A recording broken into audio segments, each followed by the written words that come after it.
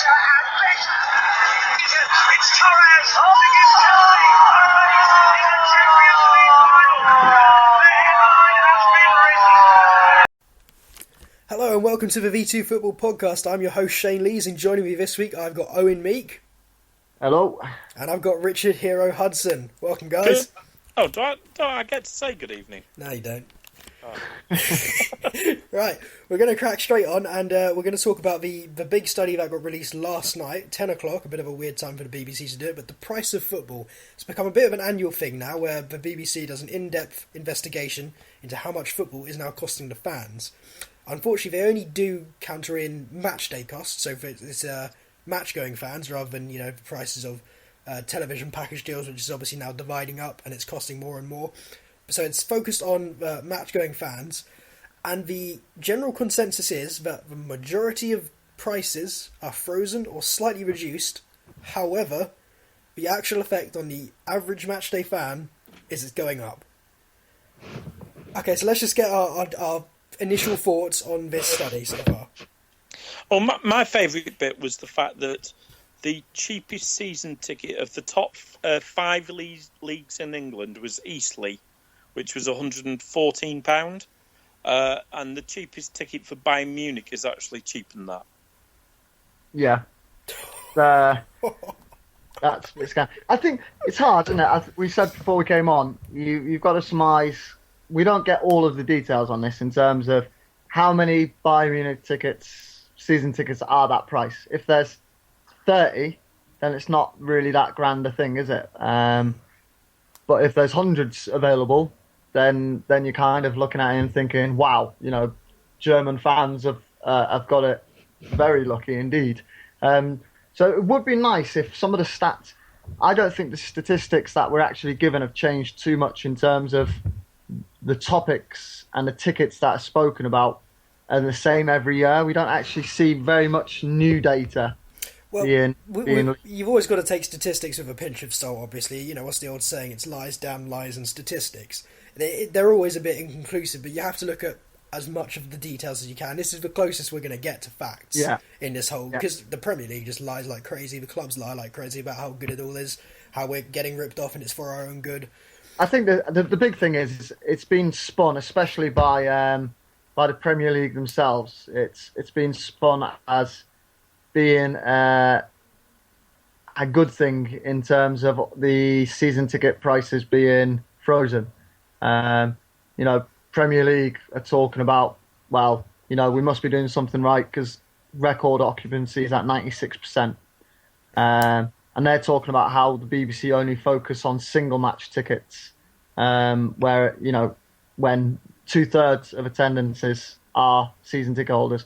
But for me, the biggest statistic to come out of this was simply the fact that the BBC ran with their headline, most price of football, most tickets frozen or reduced. And then when you actually look at the percentages, it was 51.91 of tickets were held, 18.09 of tickets were reduced, and 30% of tickets have become more expensive.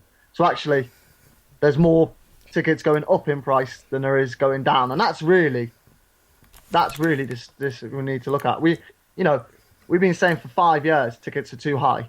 So for the clubs to just come out and say, well, we've frozen them, fantastic, that's great value. Well, you're wrong. It's not great value. It was poor value in the first place. If you want poor value, think of Hull City, or Hull Tigers as the owners want.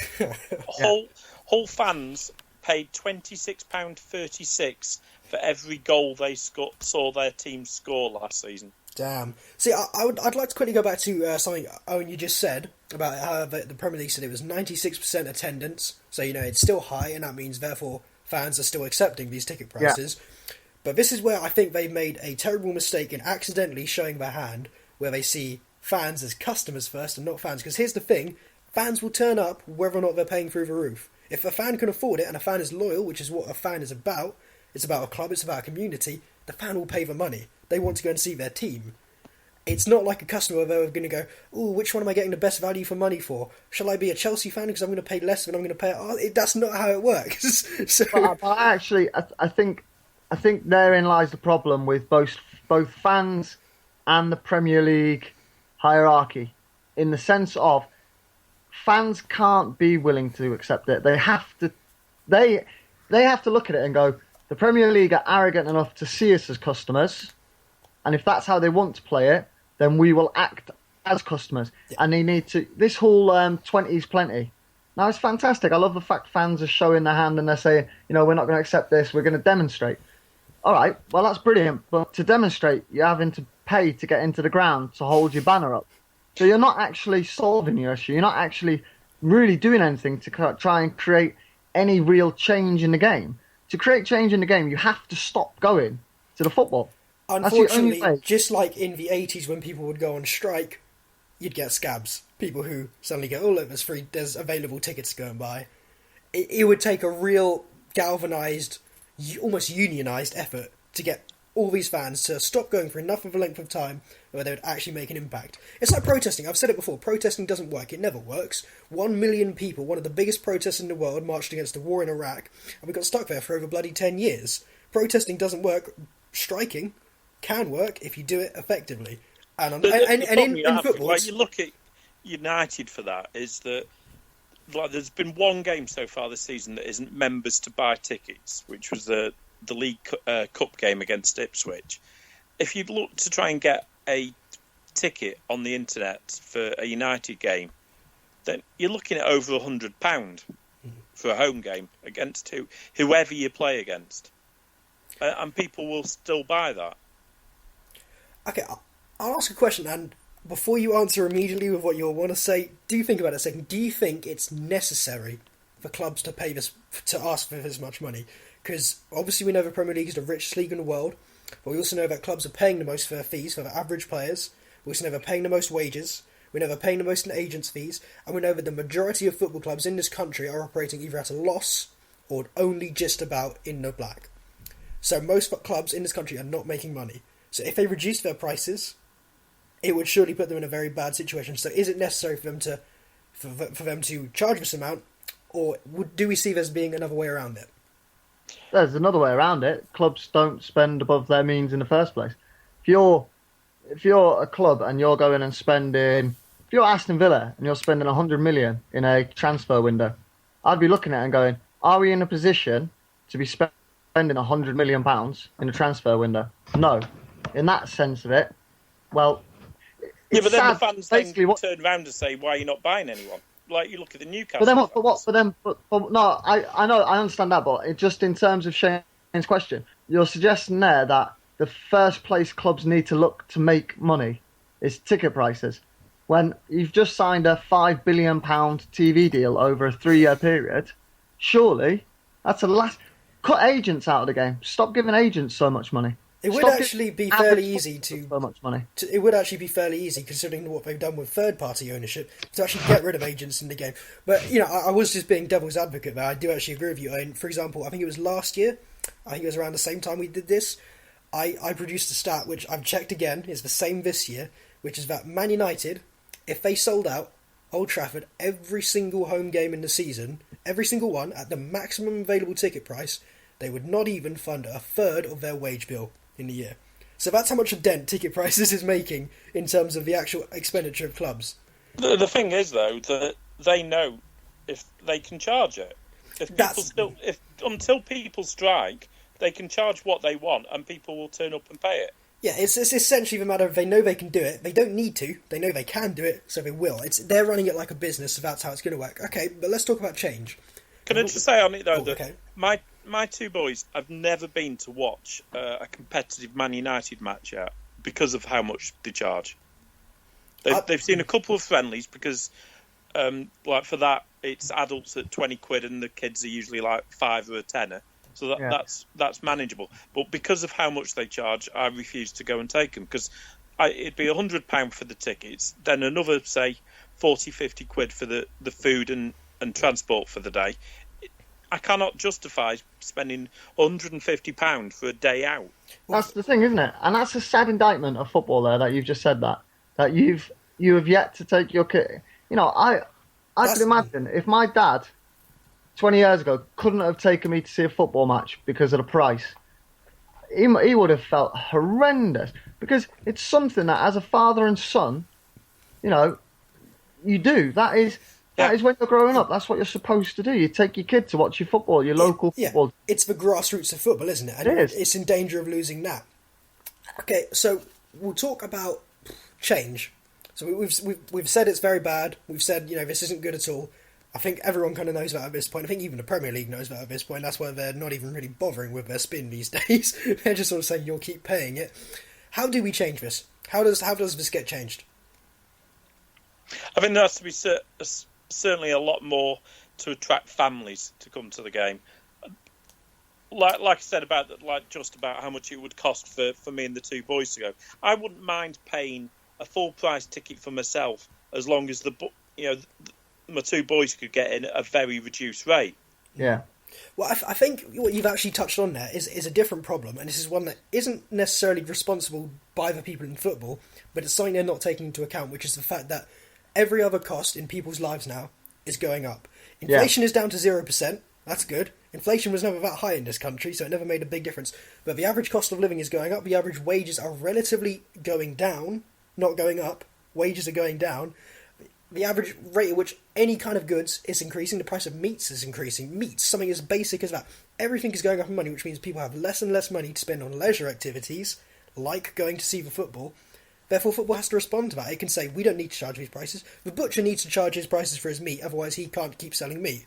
We don't need to keep charging our prices to keep letting people see football, because we already have the money.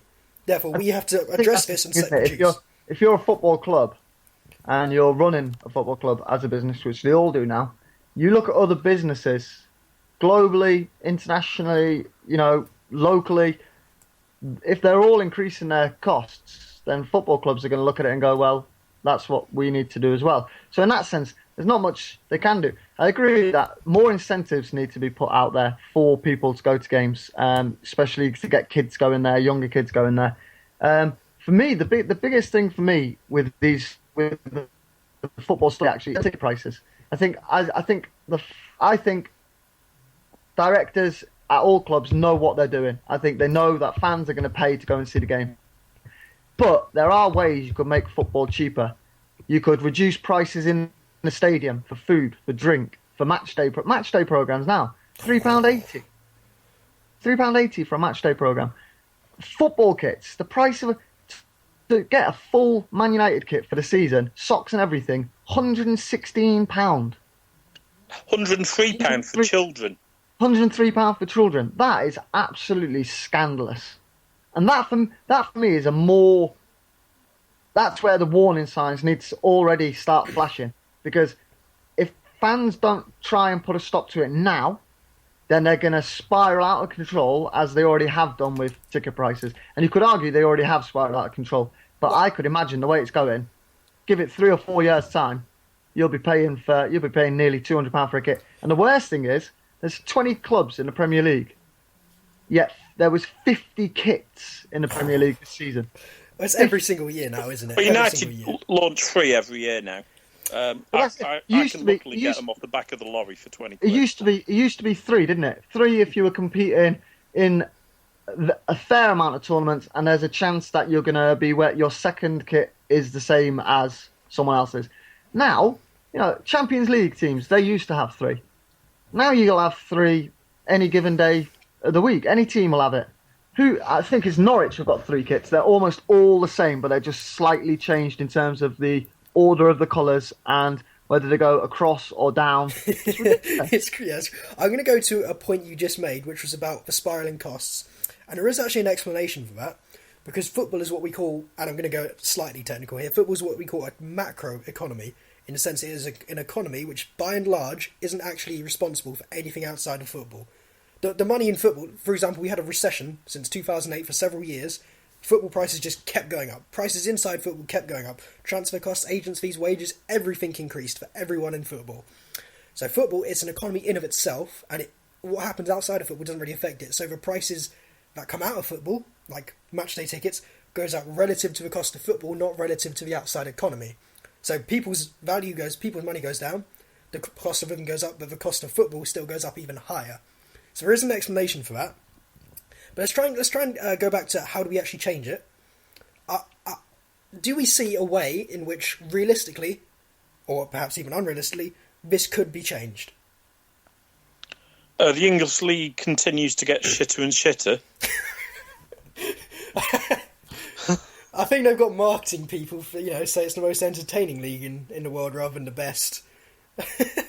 Yeah.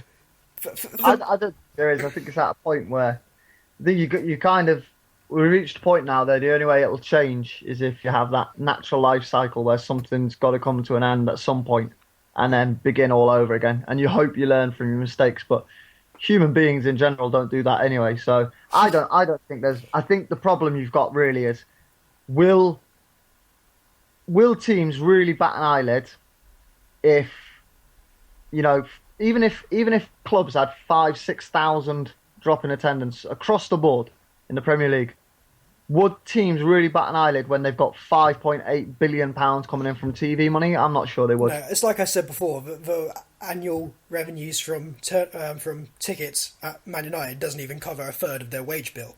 Yeah. How much do United get in a year from the season tickets then? Because I remember a couple of years ago there was a thing that said, I remember the Wigan chairman, Whelan, said that from their entire season they got as much in their gate receipts for every single game as United got from one game.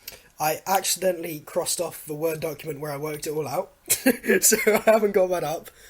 I'm going to have to quickly move on from that a little bit then. But like United with like just 3 sponsors of Chevrolet, Adidas and Eon get 150 million a year from them 3. Yeah, and we've also got to take into account how super massive Man United's wage bill is. But I want to talk about solutions, because for me, there's one of 3 ways it can change. The first is fans. So fans have enough momentum in of themselves, because they are the customer base, that they can change things. The only way they do that is completely unionise the fan process. By that I mean everyone boycotts for at least a week, or at least sort of a game week worth of fixtures. So 7 games, no one goes. Not realistic, not going to happen. The level of organisation and logistics that would take, it won't possibly happen. So the second level, players who are not particularly in the community these days, who are not particularly in touch with fans, they have to get together and say, we're going to either donate part of our wages to a fan fund, or we are going to tell our clubs we will take less wages if you go and then put what you would have spent on us on the fans, and you reduce the tickets. Can you see that happening? Players will not do that, because it's like the Newcastle problem. We spoke about this a few weeks ago. There's no one from Newcastle in there anymore. There's no one in touch with it. If you asked an average player what the fan is paying in ticket prices, they wouldn't know. They honestly wouldn't know, these guys. They're by and large foreign these days. They don't have a lot linking them to the cities, and that's what obviously they just smile and point at their Lamborghini. Yeah, it's not about community for them. So okay, that's neither of those two are going to realistically happen. The third option is the boards or the chairmans. They have a sudden moral epiphany and say we're gonna lower the prices because this is too much. Now you've got one of 2 situations there. Either they just don't want to do it because they realise they can keep doing it, or they want to do it but can't do it because they look at how much their club's bringing in each year and say, if I drop that amount of money out, we're suddenly in a very bad situation. Suddenly we are no longer a financially viable club, and that's how you get in really big trouble. I think that's chairman like Bill Kenwright, for instance. He's probably in that position where he says, I would like to be able to reduce ticket prices. We've got loyal fans here, but I've worked out myself, there's no way we can do this. We're only just about being competitive at the moment. There is a 4th option. There is one 4th option. My 4th option is that the government have to get it's the government. And the government, here's the problem with the government one, which is why I didn't mention this, because this absolutely will not happen. One, it's pretty much illegal for them to put that level of intervention on a private venture, so to go out and cap ticket prices. And 2, there is no political will to go and do it because it will not win you votes, and that's why governments do things. Will it win you votes? You will not get the fan vote, because fans do not make political decisions based on who they support in football. It's based on actual politics. Could they not do it under a monopoly law? I mean, I don't think they could. I think, technically speaking, monopoly law would have to be under one ownership. So I think that would be if every single club was owned by the same. Could they not put it under the Premier League as the... Well, no, because the Premier League do not determine ticket prices. So I don't think they could do it. So it would either be, if the government did it, it would either be illegal or it just wouldn't happen because there's no political will. So for me, unfortunately, I'm in Owen's camp. Yes, there are potential solutions, but they all rest upon the ludicrous or impossible. So yeah, it will never happen. just to go back to the ticket match day revenue that we were talking about. Man United's match day revenue is believed to be around 92.5 million a year from match day, which really isn't a lot actually. If you think about it, that's 3.25 James Milners. And when you work out that transfer fees for one, and then agents fees, which by the way, I'm just going to put this out there, agents fees are scarily higher than people realise. Like, we've all played Football Manager, but let me put it this way: if you're signing a player for £30 million, probably £10 million in addition is going on agents fees. If an agent asks me for an increase in his wage on Football Manager, I immediately transfer list him. Yeah, so do I. But no, so there's all those costs, and when you think about Wayne Rooney's earning £300,000 a week. Now, I am not that great at maths, but £300,000 a week, and that's not actually football weeks. That's 52 weeks in a year. Oh, that is. Is that 15 million? I think that's 15 million. 16.4 million. Yeah, about 16 million. And let me put it this way: there's quite a few players at Man United earning in the realms of 200,000, 150,000. Yeah. So all of a sudden, you start to realise 5 players, and that's your entire matchday revenue gone. So it just is not making any impact, which makes me think they just don't need to charge these prices. With the other revenue in football, advertising, sponsorships, all that stuff, all that good stuff, they can not charge those prices. But on the other hand, they can, so they will. They'll get away with it. We're idiots, fools love a fool, and we'll keep buying those bloody expensive tickets. But let's move on from one of your favourite subjects, women's football. You can get a season ticket for that for £15 for the Premier League there. I could get a season ticket to my pub team for nothing. I think I'll keep going to them, thanks. Quality's about the same. Oh. Now, we're going to move on. Sexism crossed off our list for this week's podcast. It's not sexism, it is just shit. We're going to move on. Who are the worst fans in the league? Yes, that's a simple one. I'm not saying who the fans you dislike the most. Who do you think, objectively, are the worst fans in the league? So we're talking about things like being completely delusional, being never satisfied, being endlessly critical, having a really quiet stadium, having terrible away support, all the things where you go, I'm so glad I'm not part of that crowd. Chelsea. That was my initial one. I don't remember, when I was younger, I barely ever remember bumping into a Chelsea fan anywhere. And now someone's always got a bloody opinion on how good they are and how they are the best club and how John Terry's a legend. And Chelsea for me. Yeah, my dad's a Chelsea fan and he says the exact same thing, so that probably gives you some perspective. But he's 40 years old and he's been it since he was like 12. So Chelsea in 1989 had an average attendance of 15,700. That was in the year that they dropped down to the second flight. I wonder what brought them all to the club. So the year before they had 20,000. So they go down for 1 year. They're dropping 5,000 off their attendance. Even when they came back up for several years, even into the mid-90s, they were still getting less than 20,000 a gate.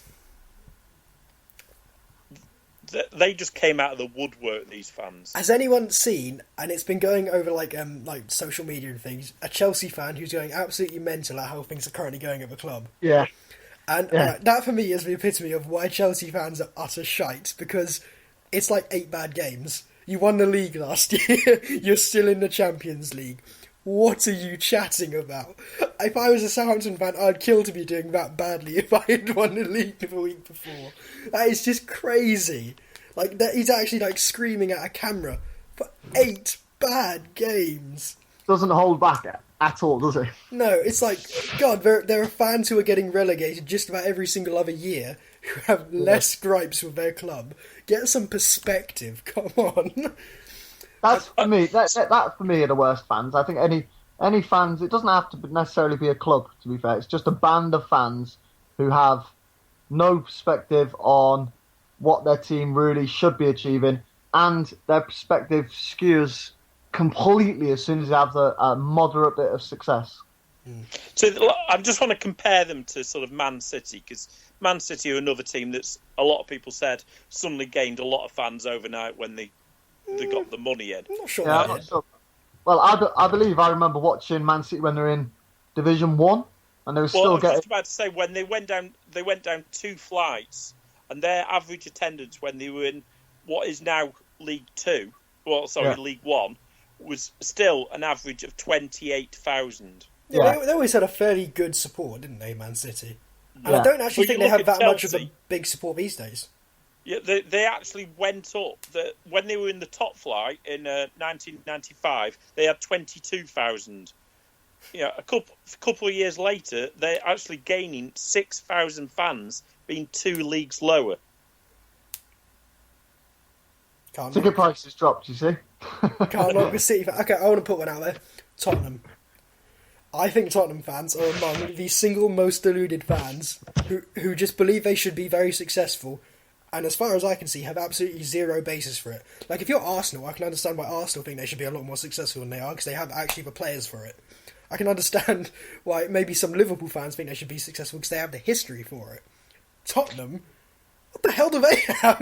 Well, They've never had Tottenham a great have crop bit of players. history. They were the first English club to win the league double for how many years? And Coventry were one of the founding members of... If you go back far enough, everyone was good. Bradford should be in the Premier League. They were good at one time. Tottenham had a very good team in the early 80s as well. Yeah. That's almost 40 years ago now. It's It was. closer to 40 years ago now than 30 years ago. So. The first ever game I attended, because my dad was a Spurs fan, was Spurs versus United at Old Trafford, and he took me along to try and get me to watch Spurs and support them. And United beat them, I think, 3-1. So it was like, I'm supporting them instead. It's a good job I didn't do that, because the first game I went to watch, my dad took me to, was Middlesbrough getting beat 5-1 by Luton Town. So that's what I went to see was Southampton v Anderlecht. So luckily I didn't go and end up being a Belgian fan. But you still would have been able to fly to Belgium every week, watch your team, Probably, actually. Well, no, I think Tottenham fans seem to expect every year that this will be the year they get in the Champions League, and then I'm just perilously disappointed that they finished about exactly where they finished last year. Like, they're one of the most consistent clubs in the league in terms of finishing 5th and 6th. Shit, who else, apart from the top 4 clubs, if who your team wouldn't though take finishes 5th or 6th most years, you'd hope that like they'd take that step up and just manage to sort of crawl the way up to the 4th spot.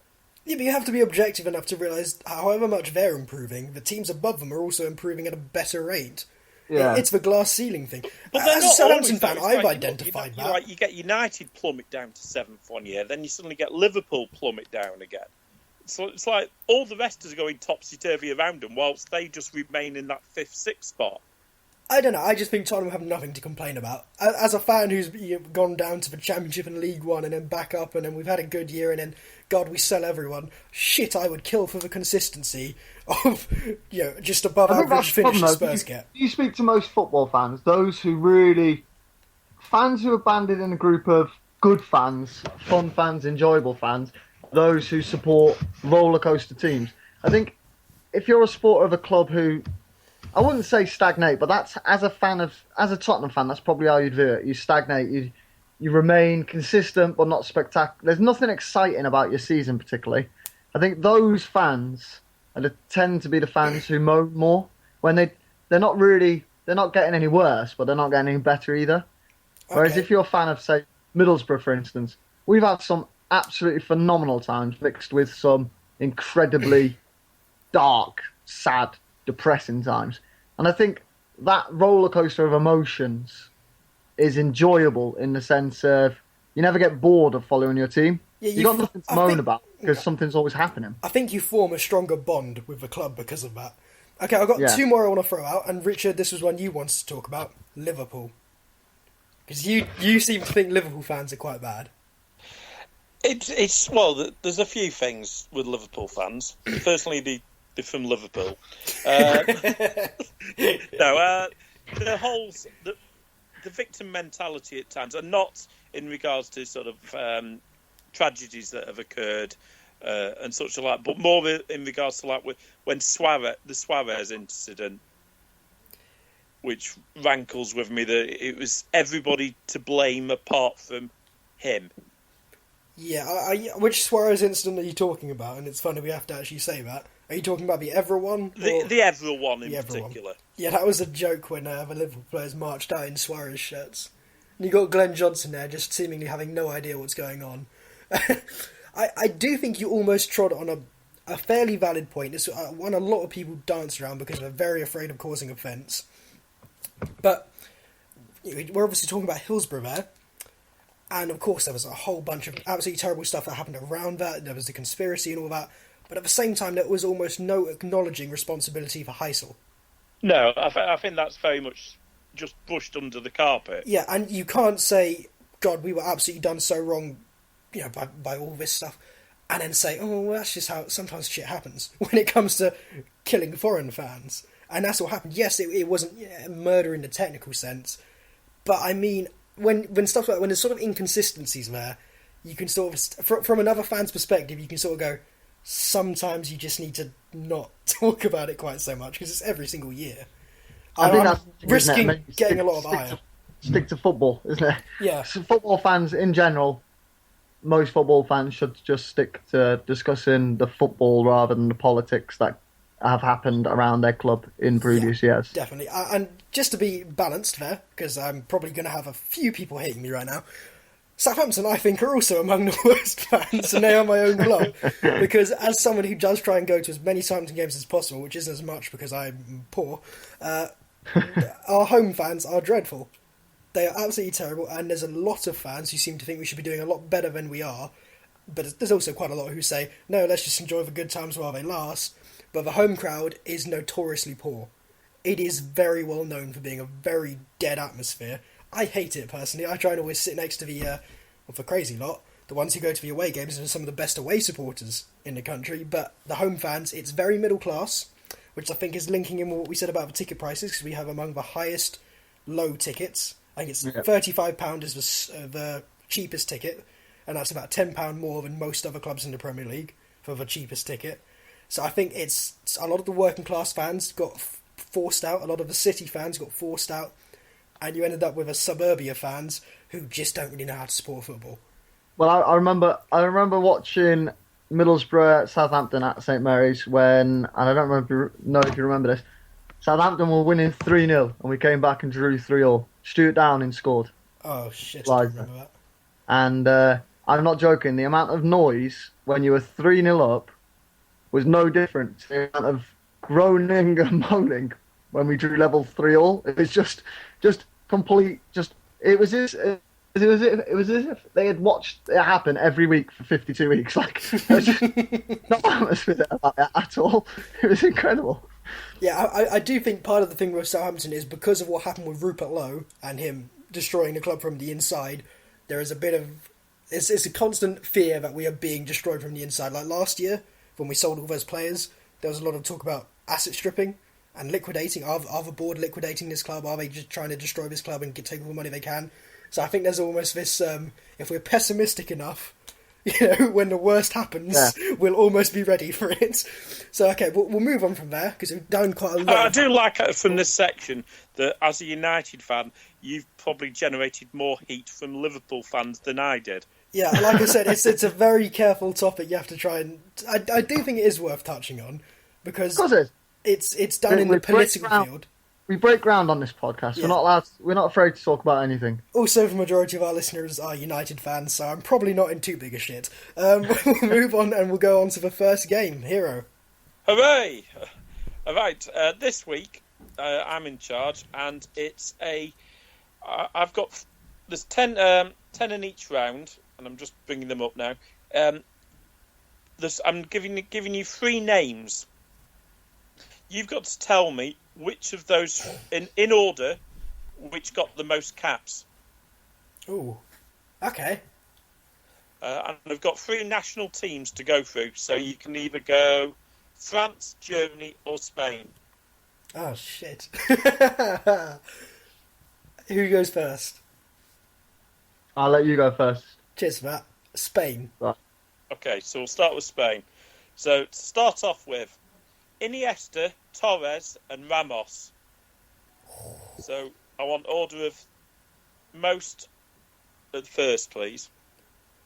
Okay, You get 2 points if you get on the wall right, and 1 if you get 1 in the right place. Okay, I'm going to start off, because I'm fairly certain he started off really young. Ramos. Yeah? Okay. I'm not telling you until you said them all. Oh, bastard.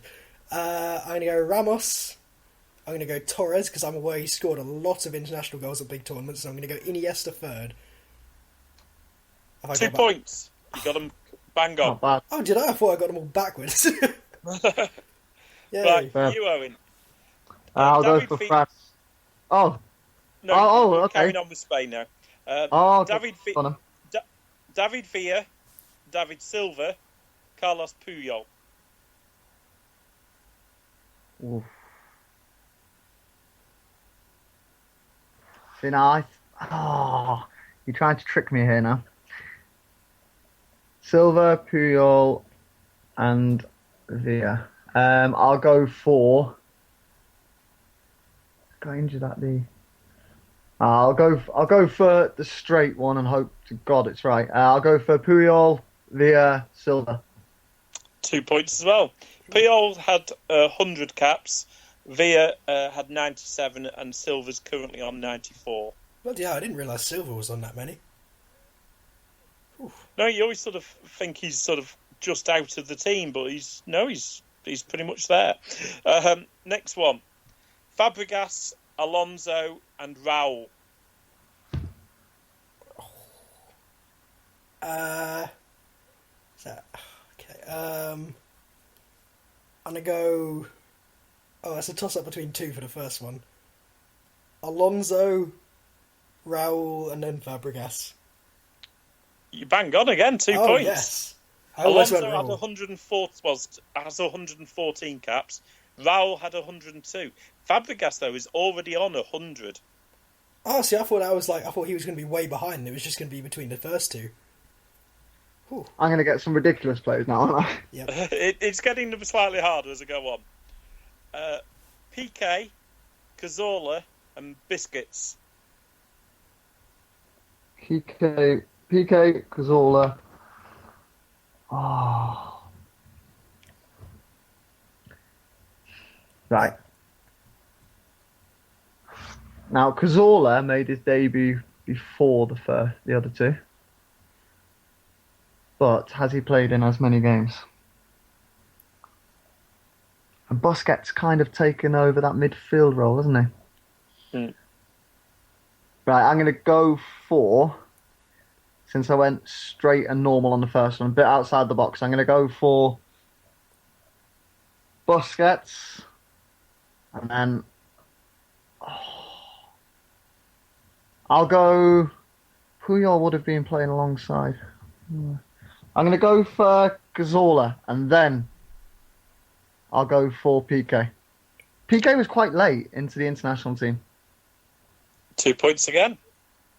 Busquets on 81, Cazorla's on 76, and Piqué's on 72. I didn't realise I knew this much about Spanish football. Piqué was really late into the Spanish team. Yeah, Because he didn't really He was only in there like flagged up 7. until he went to Barcelona. He was only in there like 6 years ago, wasn't it? 7 years ago. Still managed to get 72 caps already. Not doing bad. All right, not bad, is it?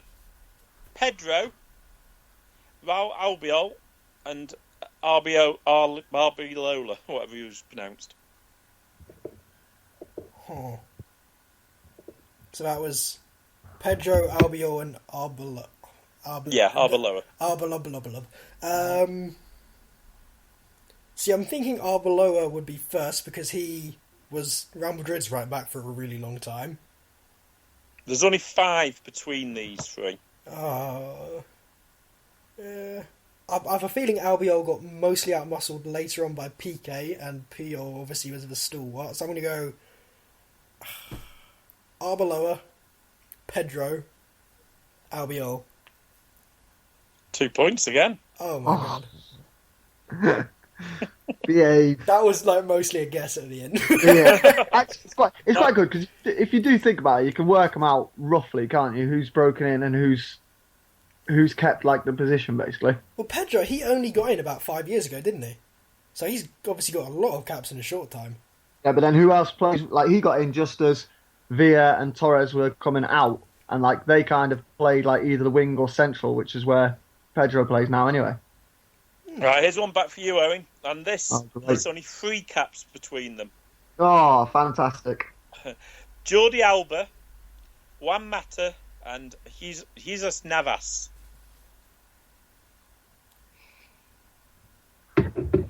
Alba Mata. Right, well, I don't remember Navas playing too many games for Spain, so I'm going to put him straight at the bottom. So, even Mata plays in midfield. He couldn't have had that many Spain caps. I'll go Alba. Left back, yeah. Alba, Mata, Navas. I'm just going to put it Alba. I would have put Alba second because I think he's still really young. But he does play in a predominant position. He's got one more cap than Mata. He's on 38. Mata's 37. Navas 35. Mata got? Pardon? How many caps has Mata got? 37. I imagine most of them as subs. Yeah. I can't see him having had that many starts. Right. There's 7 caps between these, but I think this is getting a bit tricky now. Marcos Senna, Reyes, and Llorente. Who the fuck is Reyes? He plays for Arsenal. Jose Antonio. Reyes. I don't know who that is. He played for Arsenal for a few years. I don't remember. Right, I'm putting him last. I don't know who he is. Senna was the bald guy who played for Villarreal, wasn't he? Yeah, he was linked to United for a few years. Yeah, I remember him being quite good. And who was the other one? Llorente. He hasn't played a lot. He's rubbish. Right. Who's he just? Hasn't he just joined back in Spain at Atletico? Well, it's just because he's really tall, isn't he? Right, I'm going to go... He was nicknamed the Lion King. I'm going to go baldy Marcus Senna. I remember him going well into his 30s, Senna. And I'm going to go Llorente and then Reyes because I don't know who he is.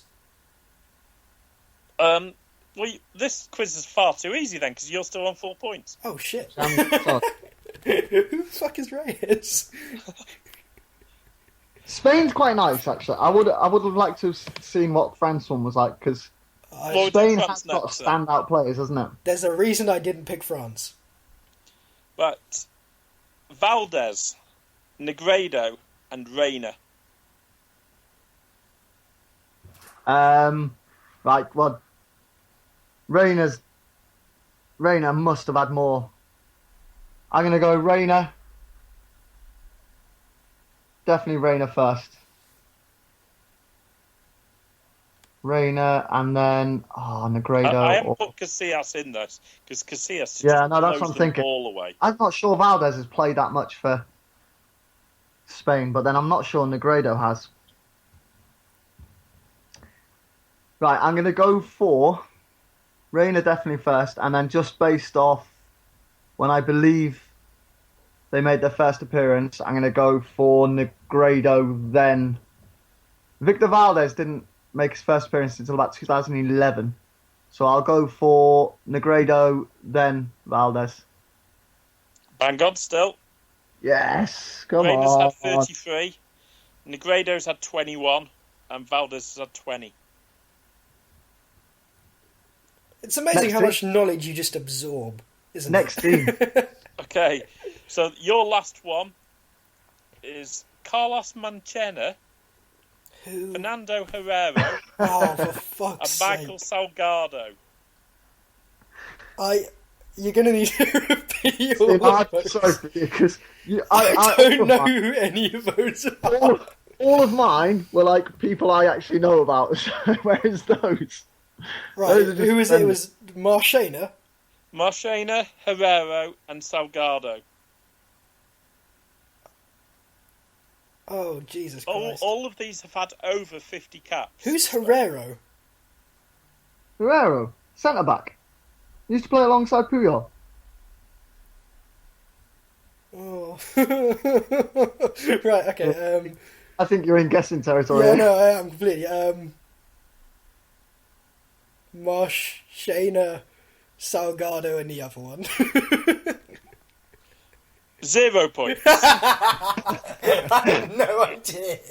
Herrera's got to be first. Yeah, Herrera's first. He had 89. Marchena was second with 69, and Salgado was last with 53. Who's Herrero? I can't believe you don't know who Herrera is. You've got to go back and watch like Euro '96 and things like that. I'm good. How do you spell it? Hierro. Hierro. For fuck's sake, I pronounce it differently. I know who that is. He's got loads of caps. He's got like 90, hasn't he? Well, 89. Fuck you. Okay, Owen, yours. Get them all wrong, Owen. Jose Antonio Camacho, Rafael Gordillo, and Emilio Butragueno. Right. Well, I've never heard of two of them. Well, I've heard of one half. I've been watching too much Netflix because I'm thinking Camacho's definitely first. I'm watching too much Netflix. These are definitely all Colombian drug dealers. That is a great series. It is. I'm going to go Camacho, and then I have no idea on the other two, so I'll go for Emilio Butragueno, and then Gordillo. 1 point. For Camacho. Yeah. Yeah. Did I just lose that right at the end? Yeah, by 1 point. Nah, you're kidding me. Sorry, mate. You just pronounced it wrong. That's what it was. I did get the easier players there as well, to be fair. I'm pissed off.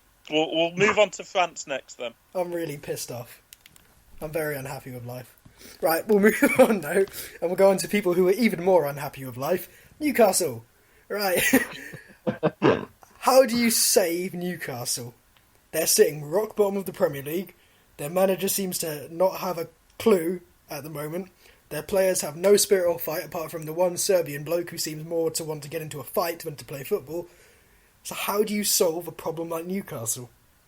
You need to begin to think like the captain of an Italian ship and jump board now, quickly as possible, leave everyone else behind.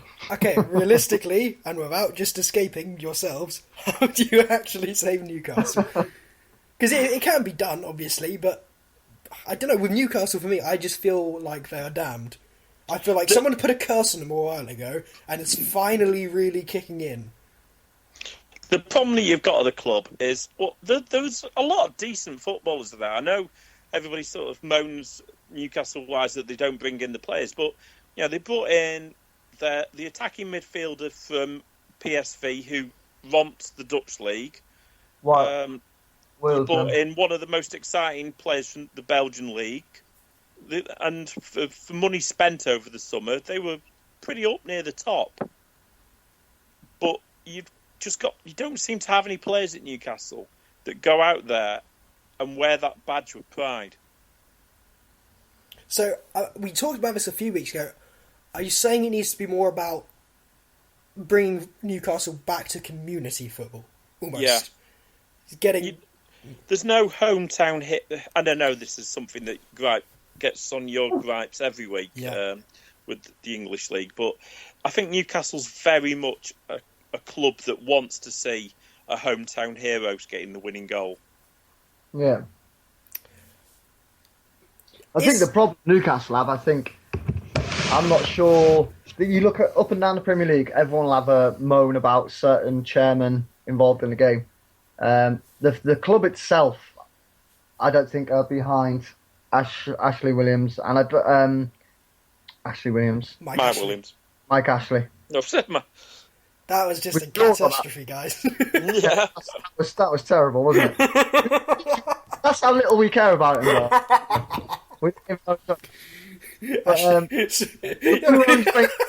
Newcastle fans out behind the Swansea centre back.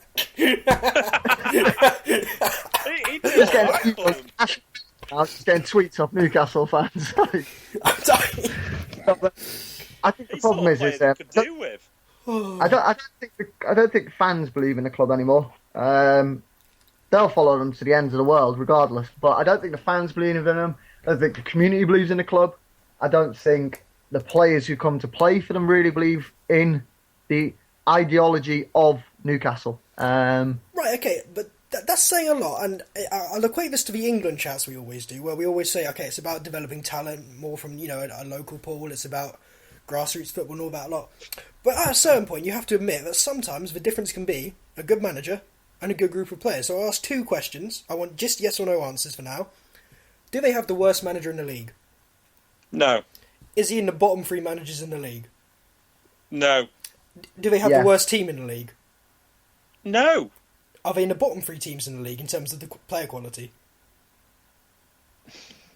I wouldn't say so, no. So why are they so I think- bad? why are they so bad?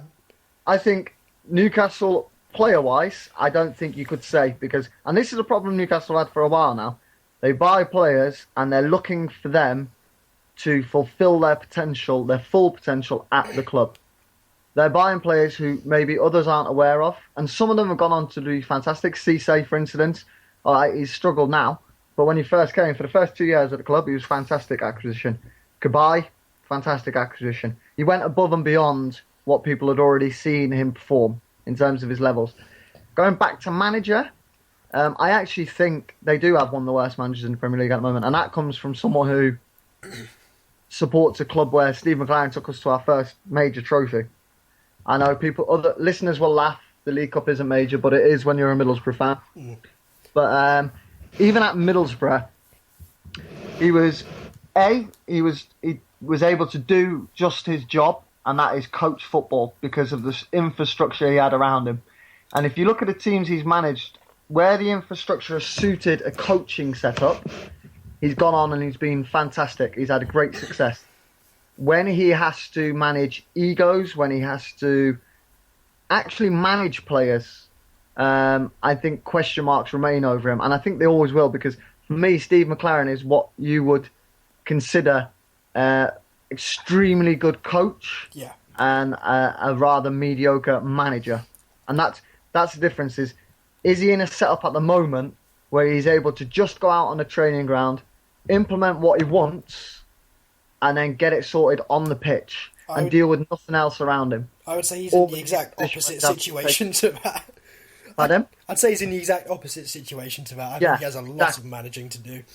Okay. I think there is, yeah. Well, a lot of Newcastle fans, and this is actually quite a lot now, this isn't just a very bleak minority, have said they think it will be good for the club to go down, in the sense of it will help clear out all the weeds, it will help get rid of all the dross, it will sort of give the owners a bit more perspective about what they have to do for the club, or it will force them to sell. Do we agree that Newcastle, in the long term, could benefit from going down? I think so, yeah, because it would keep the players that actually wanted to play at the club and get rid of the ones that just turn up for the wage every week. Well, who actually in that club looks like they seriously want to play there? Even the few local lads they have, like Jack Colback, and is it Williamson? They're either terrible or they still don't really seem to care that much. Yeah, they get up for it when they're playing Sunderland, but apart from that, Colback just seems dirty half the time rather than actually genuinely passionate. But but by going down to the Championship, it'd bring in a lot more sort of players that can turn up on a. It'd get rid of all the fair weather players. Okay, but considering the fact that Newcastle have in general actually paid quite high transfer fees, they realistically could not sell those players on for the same kind of transfer fees, and I don't think Newcastle is a club that financially would actually be well suited to going down. Because I think that would, whilst there are a lot of fans saying, yes, this will be any good of a club if we go down, I think there's even more who will go, that's the final straw, I'm throwing away my season ticket, I'm not coming back until this all starts to look good again. I think it would be a bit of a case where it could be, on paper, a good thing to go down. In reality, though, it could be the nail in the coffin for a Premier League club. Middlesbrough have cut their cloth accordingly in the Championship, and we're still there 7 years after getting relegated, 6 years after getting relegated. Now, if you look at the area of Newcastle, it's one of the poorest places in terms of wage. It's up north where economically people are struggling. And then you look at the size of the club, they would not be able to go down. They'd be in a similar situation to Middlesbrough for the first 3 years. Middlesbrough couldn't afford to reduce ticket prices. We had a big stadium with big costs behind having that stadium. You look at the size of St James's Park, the running costs of that would be enough alone to warrant having to keep ticket prices relatively similar to what they're at now. And fans, I don't think, would want to pay them more, less so be able to afford to, but want to pay them. I think it'd be financially. I think Newcastle would really struggle if they went down. Really, I could imagine they'd go the way of Leeds.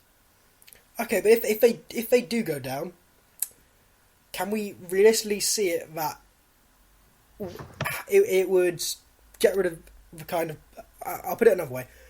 If Newcastle stay up, can they salvage from where they are at the moment?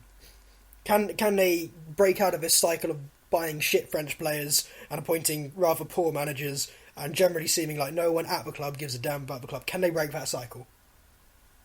Only if they get rid of Cashley. For me, I think at some point you've got to... The change has to happen at the top, and you have to hope that newfound willness, that newfound passion for the club. That's the thing. Is people look at the ownership of that club and they don't even see the passion that they have.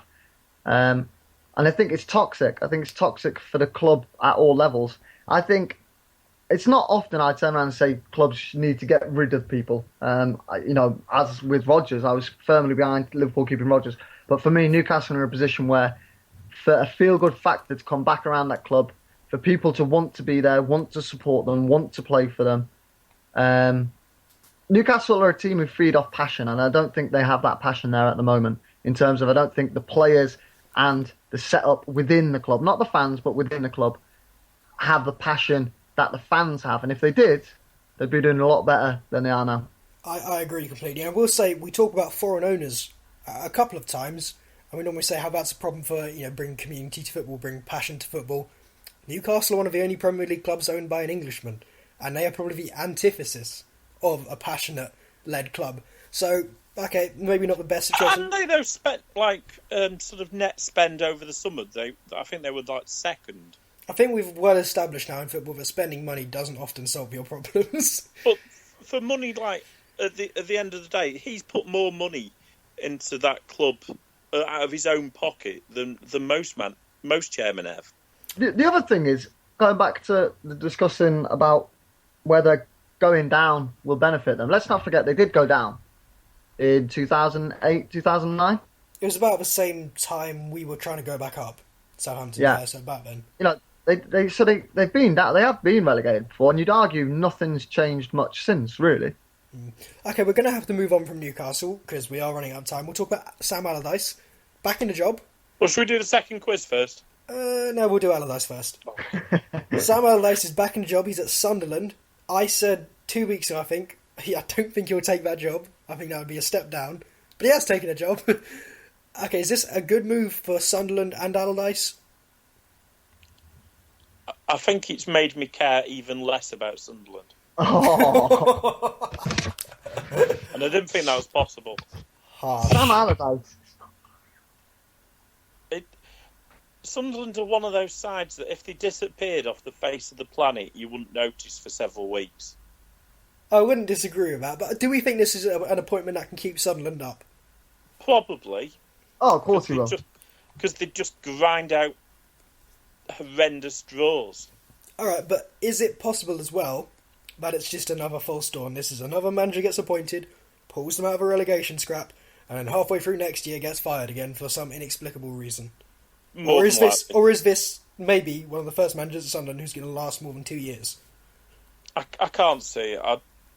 I hope that they just go down and lose a lot of games, and that's the last we see of them for a while. I'm not a fan of Sunderland, just for a fan, but I kind of hope they don't go down now because I like Allardyce. Yeah, I like Allardyce. I don't like Allardyce at all. I think he's a very good manager. I think we sensed that. I think he's a very the only underrated plus manager. point I get from Sunderland's season is when they take 3 points off Newcastle.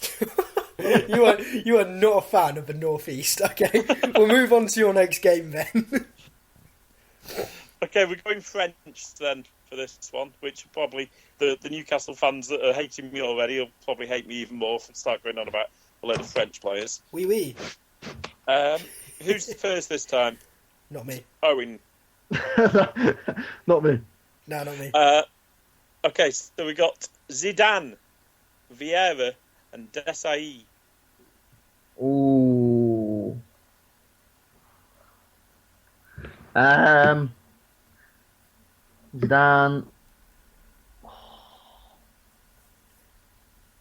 Say them again. Zinedine Zidane, Zizou, Yeah. Vieira, Yeah. and Desai.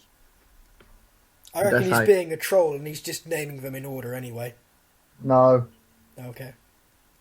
That's what I would have gone for.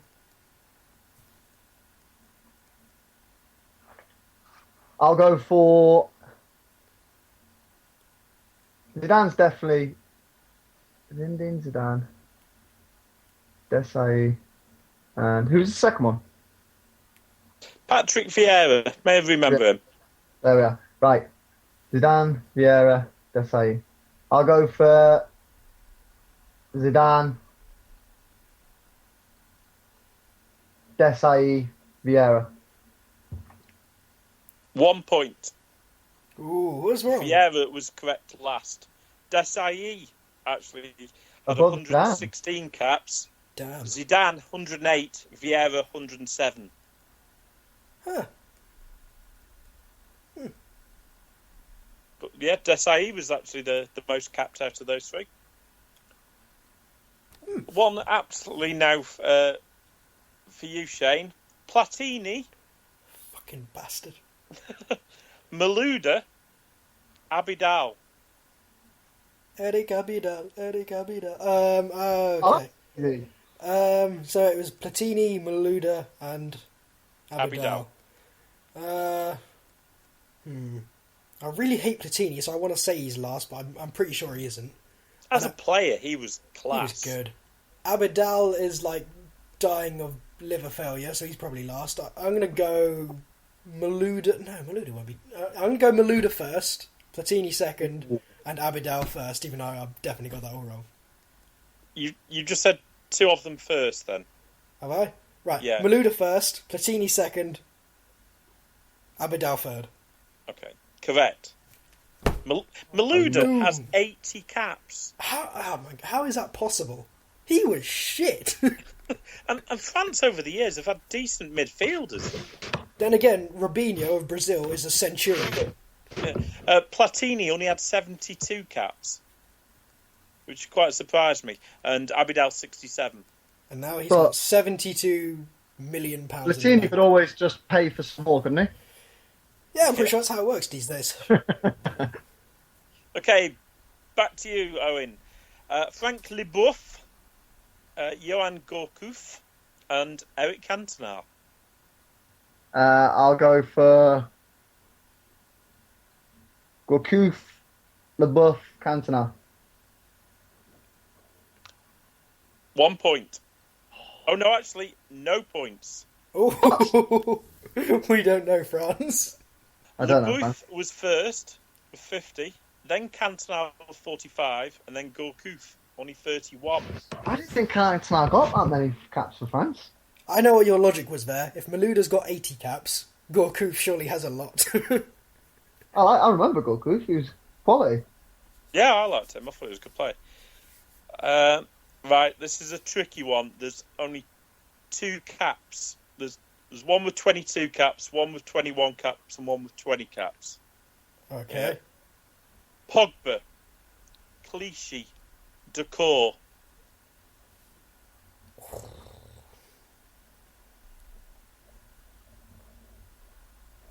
Okay, I don't even remember. Decor? Was it? Oliver Decor, yeah. I don't know who he is. That's kind of bad. Clichy definitely doesn't have a lot because Evra was the starting left back for quite a long time, wasn't he? And Pogba's played quite a lot recently, so I'm going to go Pogba, what's his name, and then Clichy. Bang on. Ugh. Wait. I didn't even know who one of them was. Decor 21, Clichy 20. The fuck is Decor? We call a goalkeeper. I thought he played for Everton at one point. Next one. Ribery. Not the type of condoms. Gallas and Pires. Ribery's always injured.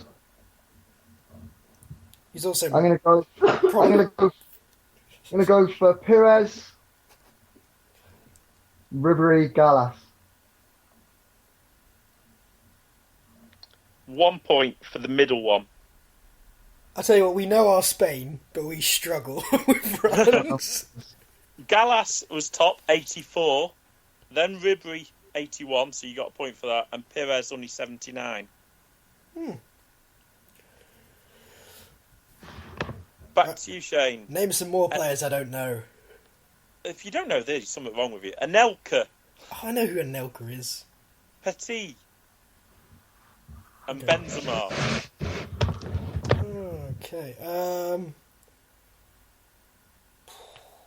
I know Benzema has an absolute shit ton.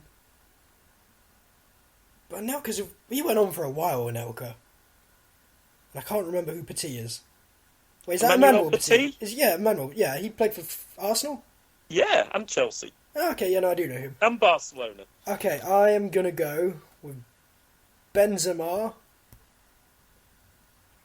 No, I'm going to go with Anelka, then Benzema, then Petit. 1 point. I was right the first time, wasn't I? Yeah. Oh, you Benzema is already ahead of them both. He's on 80. Anelka had 69 caps. Petit 63. I wish I didn't change. I thought it was a trick question. Okay, Owen. Cabaye, Yeah. Giroud, and Silvestre. Cabaye, Giroud, and Silvestre. Is that your answer, or are you just deliberating? Yeah, just deliberating. I'll go for Silvestre first.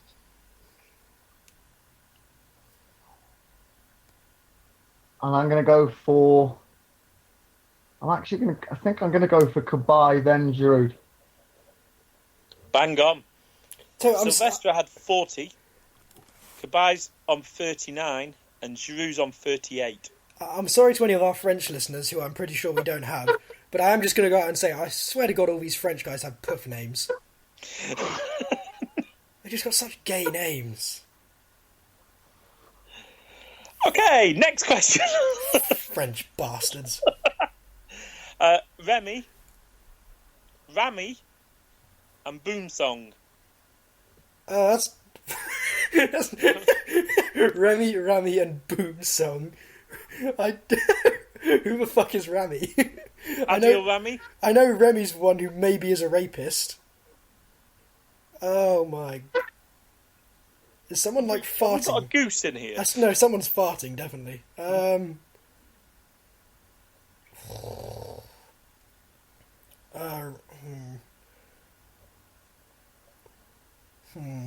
was the other one? Was it Boomsong? Yeah, Jean-Alain Boomsong. Right, okay. I'm gonna go Remy, Boomsong, and the other twat. Rami. Sure. Bang on. No, it isn't. Mm-hmm. Yeah, it is. Remy's on 30, Boomsong's on 27, Rami's on 26. I just led with the one I knew first. It's surprising that, Remy and Ribery have got so many caps, considering they should probably be in prison. Please don't sue, please don't sue. Okay, your last one, Owen. Doesn't matter now, does it? No, you've lost. I'm going on strike. Willie Sagnol, David Trezeguet, and Patrice Evra. Ooh, I'll go Evra, Trezeguet, Sagnol. 1 point for Sagnol last. I hate the French football team. Can I just say that? I told you, they just sound like a bunch of benders. Trezeguet had 71 caps. Which surprised me for any... Because he was around basically at the same time as Henry, wasn't he? Yeah. Right, we've got one more game coming up, so we'll try and crack through this next topic fairly quickly. Okay, the Dutch have not qualified for the Euros. England have a 10 out of 10 record. We're in pot 1, and most other national teams, Germany struggled. A lot of big national teams have struggled. Even Spain struggled, and they only had teams like Slovakia in their group. Are we maybe too pessimistic when it comes to England? No. No.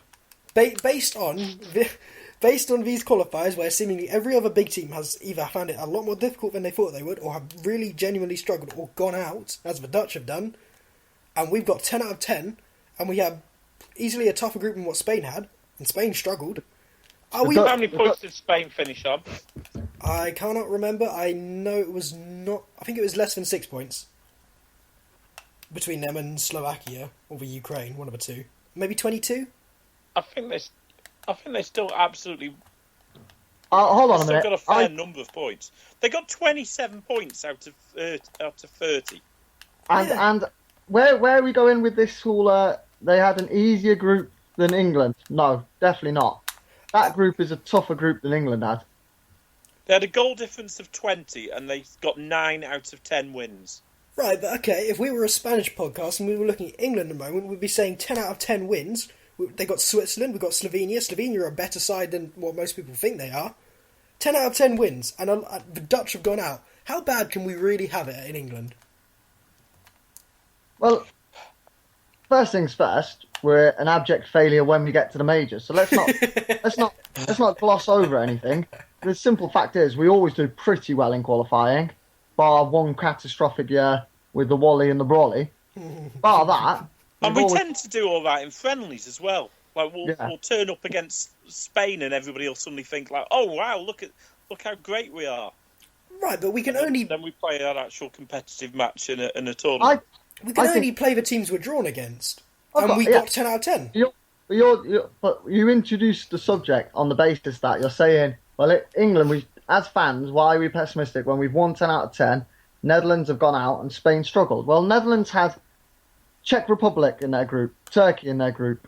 Now, Czech Republic is a tough place to travel to. Iceland's even a tough place to travel to. And they'd lost their manager who'd just taken them to the World Cup. So... I mean, I don't think we can give them excuses though for the Netherlands. They may have lost Louis van Gaal, but we stuck with Roy Hodgson, which is worse. But what I'm saying is, circumstances around Netherlands would suggest they were not always going to struggle. Because I expected them to go through, but they certainly didn't have an easier time of it as England.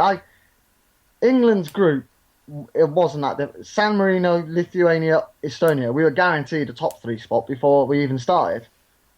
Slovenia, okay, they can have their moments, but on the grand scheme of things, they're not a fantastic footballing team. Switzerland, we've always done well against Switzerland anyway. And they absolutely obliterated us when it came to the World Cup. Where did they go? Quarterfinals? I think it was. Oh, yeah, but in terms of our record against them, I mean... I'm surprised how we easily walked over Switzerland. Yeah, twice. It was not even difficult, seemingly. Danny Welbeck walked through Switzerland. I think for me, the thing with England is, and we do this a lot of and it's Duty on the forum. We all know who Duty is. The ever optimist. He is the exact opposite of me, basically. I'm the real doom monger when it comes to England, and he's the eternal optimistic. But... for me, you look at England... He likes waving his England flag quite a bit, doesn't he? He does, doesn't he? But I look at the performances. I think the opening performances for us were fantastic against Switzerland and San Marino. And then I look back at the game against Estonia, struggled, relatively poor performance. Slovenia dominated, didn't create much. They tied in the second half. I think we actually went a goal behind against Slovenia. We did. I look at our performances rather than our actual record, the table. I look at our performances, and there's nothing in our performances that suggest we're going to do any better here than we did at the World Cup in terms of we'll make it to knockout rounds purely because I think it's weaker than the World Cup as a tournament. But I think there's nothing that inspires me. I look at the way we played in the World Cup. I look at England's problems for the last 10 years. We haven't had anyone real. We've got Barkley there, who I really hope we stick with, because I think he can go on to become something England need, and that's technical ability and someone who can unlock a defence, can play that killer pass, can play, and he'll lose the ball and he'll make the wrong options and he'll make the wrong pass. But I think with maturity, I think he'll make the correct decisions more frequently. England just missed something. England missed a real. How often did we have the ball and not create much with it? I went to this Switzerland home game, and I have to say, for 70 minutes, it was easily the worst football I've ever seen any team play. And I've seen, like, Horsham Town play.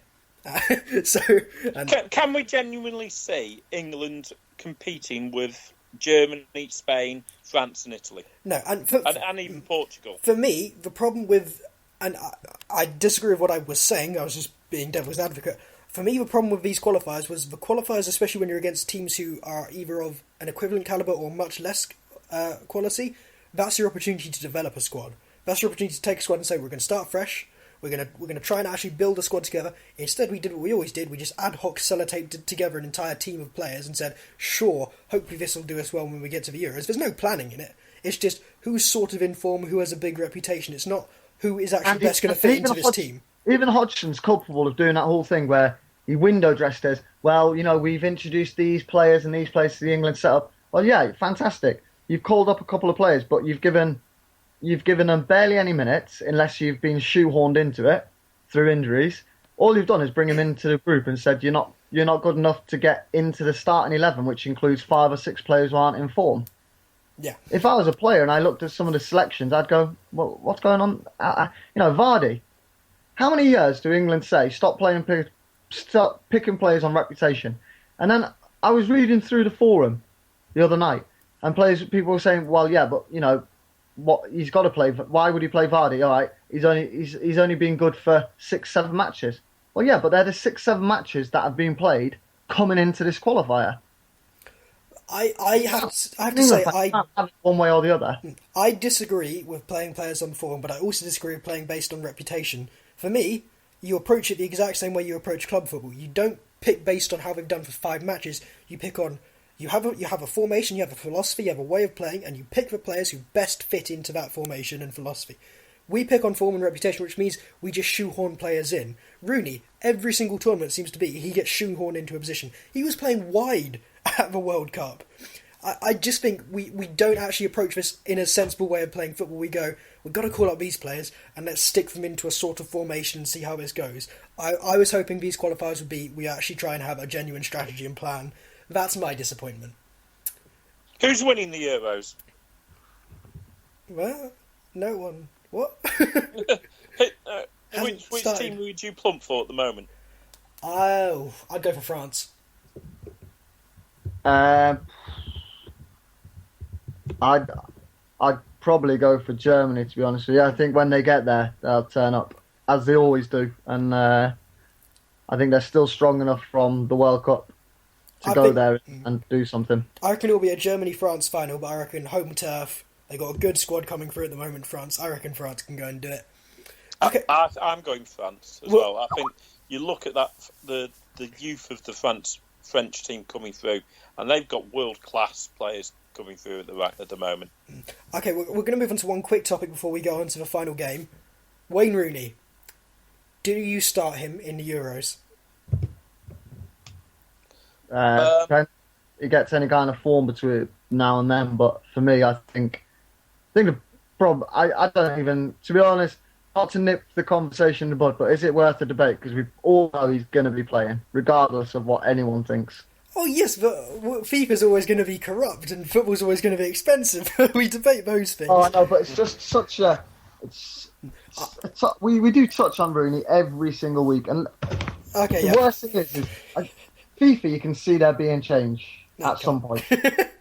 Well, there'll have to be change at some point with Rooney, because he can't go on forever, especially because he looks about 40 years old now. He's already said. Well, put it this way: he's already said. When I heard him say he will never officially retire from England duty, I genuinely pictured Wayne Rooney still starting for England in the World Cup 2095.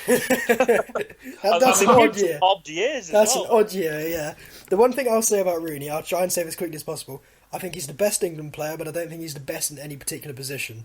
We play 4-2-3-1 essentially. I don't think he's the best lone striker. I don't think he's the best attacking midfielder, and I don't think he's the best central midfielder. I think it's the biggest anomaly of international football that he is our best player, yet he just doesn't seem to fit into any team we put out.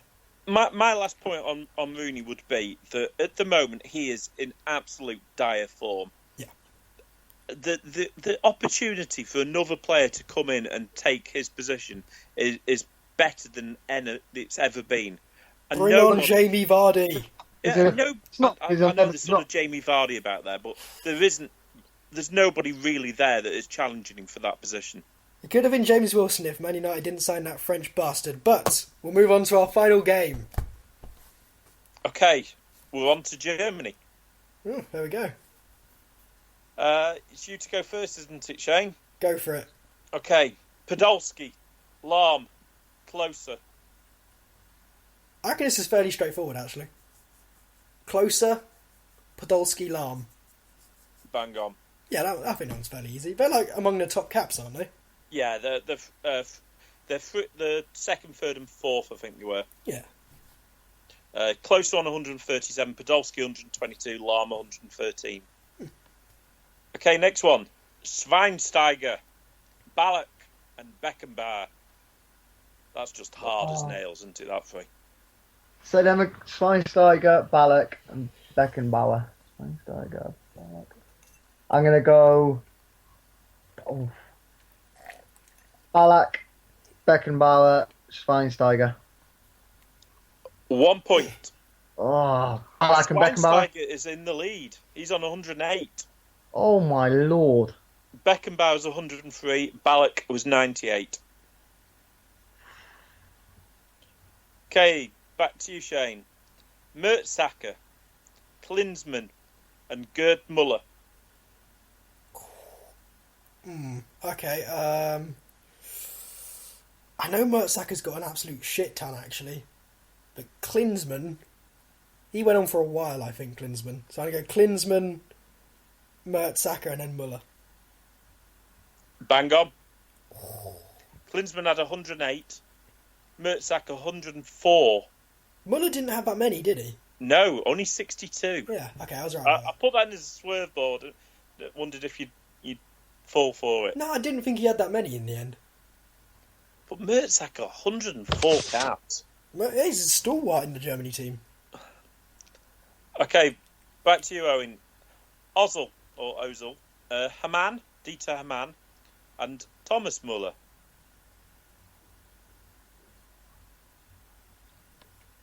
Ooh. Hamann, how many did Hamann play? I'll go for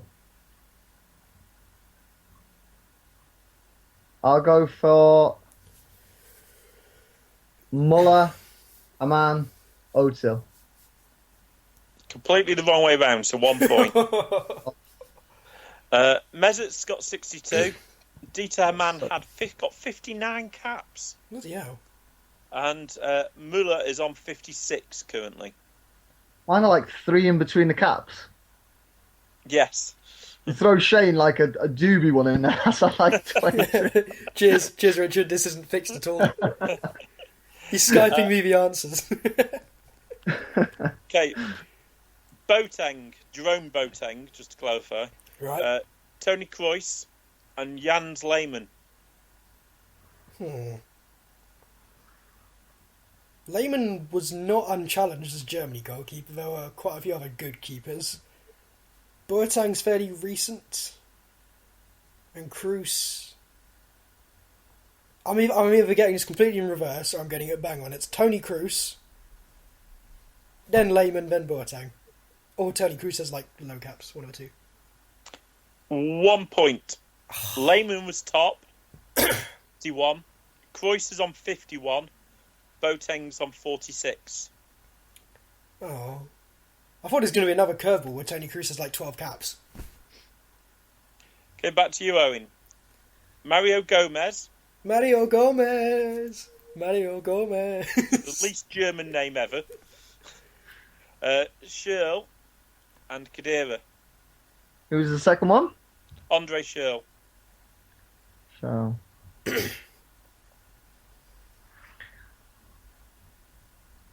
Mario Goat says Anders Schürrle and Sami Khedira. yeah. I'll go for. I'm going to go for Khedira, Mario Gomez, and Schürrle. 1 point. Gomez is top, 59 he got. He was a decent striker and then just went... He plummeted. disappeared. Yeah. That's why. Yeah, well, that's why. I thought he had like 4 or 5 good years, and then 3 or 4 good years, and then that was it. But obviously, he had a few more than that. Kadira 51 and Shirl 39. Next one. Hummels, Mario Götze, and Badstuber. Huh.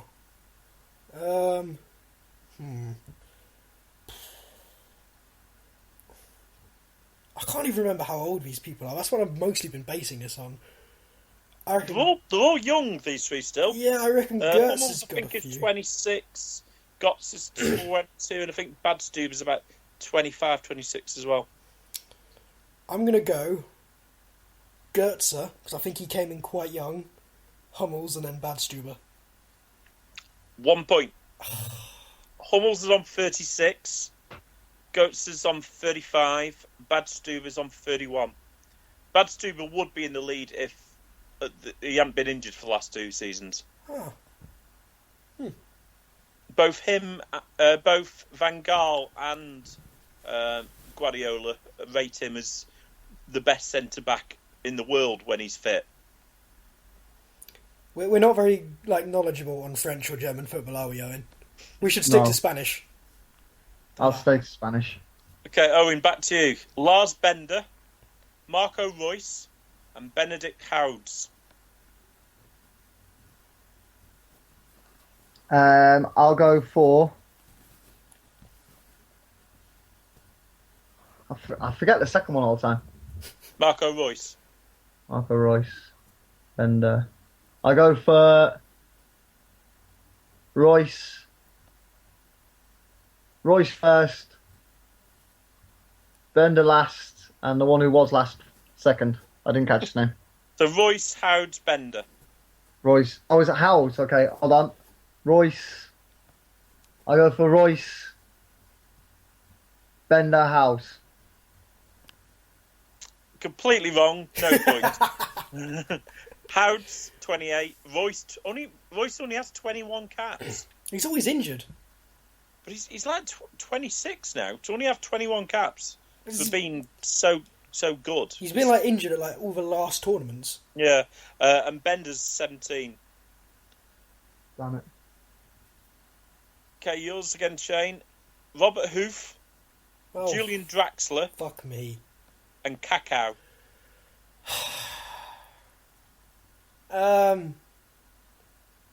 I don't even have a clue. I'm going to go Draxler, Kakao, Hoof. No points. Yeah, that was just a total guess. No idea. Kakao, 23. Hoof has got 19 caps for Germany.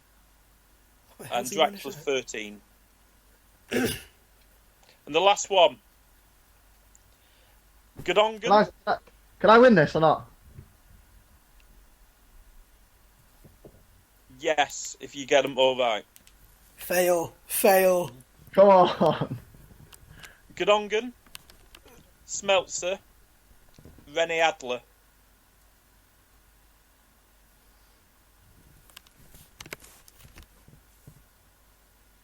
I'll go Schmelzer, Adler, Godongan. Back of the net. Oh, get in there. You spengy cock gobbler. Oh, that is absolutely fantastic. No, it's not. It's horrible. I am gutted. I'd just like to say, Shane, Yeah. I'd just like to say, I'm sat here, I'm doing the podcast. The girlfriend is sat across from me, and she just nodded. As I said them, she just nodded as if to say, yeah, go for that one. And it was right. You're technically beaten by a girl. She's like, yeah, I know my small number of German caps. Oi, lass, your boyfriend is a spengy cock gobbler. I'm so bitterly disappointed. But we are going to have to call the podcast there. Thank you for joining us this week. Please vote for us in the Football Blogging Awards. We are going to the finals. We're all going there. And it will be great if we can win, and we love having your support. So please look us up on that, the Football Blogging Awards. You can check it out on the forum at 606V2, or at Twitter at V2Football, or on Facebook at V2Football. Thank you for joining us. It's been lovely having you, and see you again next week. Good night. Good night.